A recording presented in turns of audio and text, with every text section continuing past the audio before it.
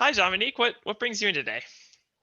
So I'm having a little bit of trouble at work. I am noticing that I'm having some time management and procrastination issues. Okay. Can you tell me a bit more about that? Like maybe when that started happening?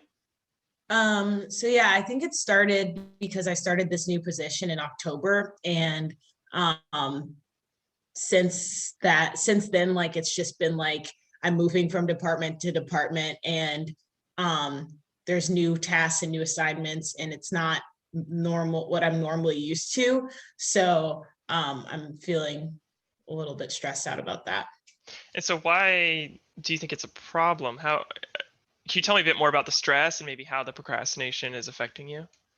Yeah, so I mean, I have these assignments that are due, and I will wait until the end of the day to try to complete them. Uh-huh. And that has just been really not helpful because like I have the entire day, but I end up talking and like spending Hmm. time like I mean, it is helpful. I am learning things and I'm asking questions, but I think I'm finding myself talking a lot of the day. And then at the end of the day, I'm like, oh, shoot, I have to do this. And then I'm Yeah. quickly trying to rush to do the one thing that I had all day to work on.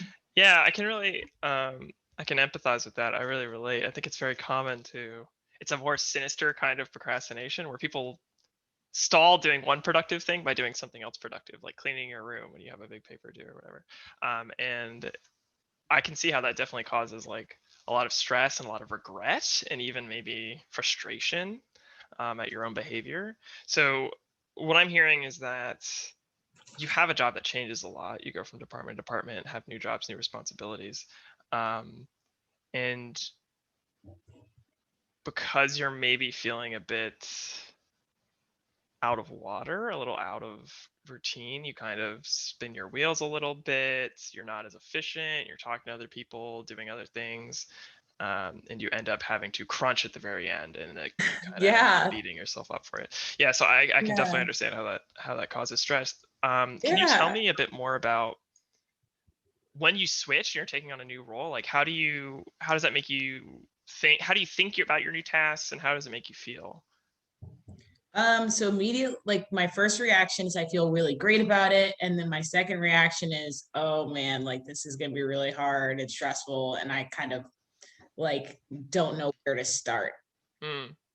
Do you have a social support network of people who can kind of help you maybe with these transitions and can empathize with the problems you're having? Yeah, my managers are helpful. I'm able to really talk to them about any issues that I'm having. Okay, that's good. And so you said you feel or you think you don't really know how to start, right? And Mhm. what is that, if you could describe that feeling, what word would you use? Frustration. Frustration. Okay. Um, and when you're faced with this frustration, what do you normally do?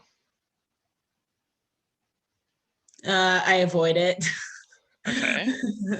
Can you give me a specific example of like how you avoid it?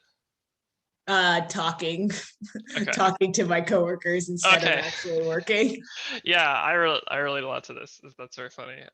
Well, just how much of a coincidence it is, I think. So it sounds like, again, I'm gonna try to summarize so we're on the same page here. You have a lot of these new responsibilities. You have a changing job, and it can be kind of daunting to take on these new tasks. So you kind of feel frustrated, a little confused, and you end up, again, kind of the pattern here is that you end up avoiding it because you feel daunted, right? And not really confident. Um, is that correct? Do you think that sounds right? Yeah. Okay. How have you coped with this before? Like, if you're coming, if you're here in therapy talking about it, I assume you've tried some things on your own. Yeah. List taking has been something that I've done in the past, and it's actually been helpful. I Okay. just kind of stopped using Why do you it. think you stopped using it? um, I don't know. I just kind of one day I was like, oh, I don't need to do this, and then I just kind of procrastinated on. Well, knowing things that don't work can be just as useful as knowing things that do work. So, to-do list is a pretty common strategy I might have otherwise suggested. So now that we know that's off the table, we can sort of avoid that. Um, I think one thing we could use as maybe a cue to kind of keep you on task is it sounds like you're already very self-aware that talking to your coworkers is a distraction, is an avoidance. So I think in the future, when you're trying to be on task, when you're doing something you're unfamiliar with, when you feel yourself having that need to like reach out and be distracted with that, you can maybe use that as a cue to kind of guide you to refocus. How does that sound? Yeah, that sounds good. I also, so when you change jobs or when you change departments, is it a physical change or is it strictly like just what exactly you're doing in your job? Like, do you move spaces? Yes, I Okay, do.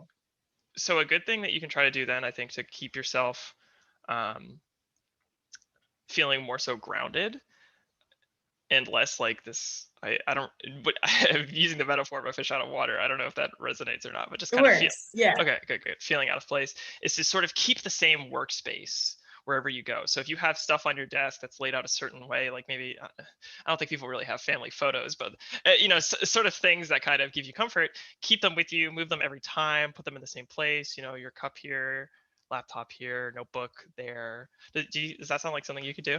Yeah, I could do Okay, that.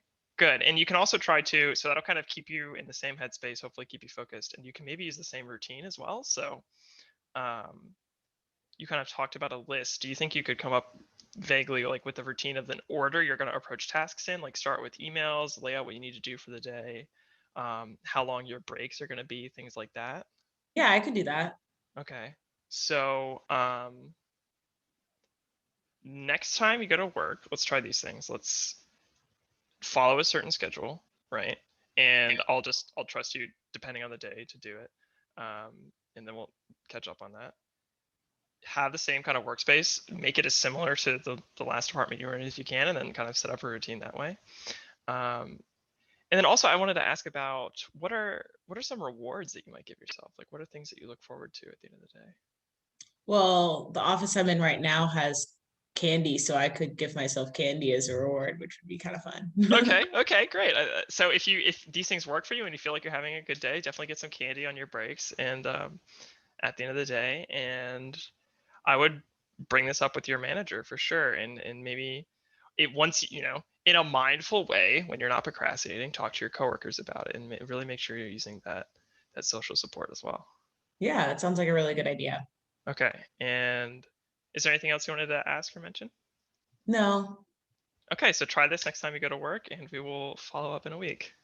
All right, see you then. All right, I'll see you. Take care. Bye. Bye.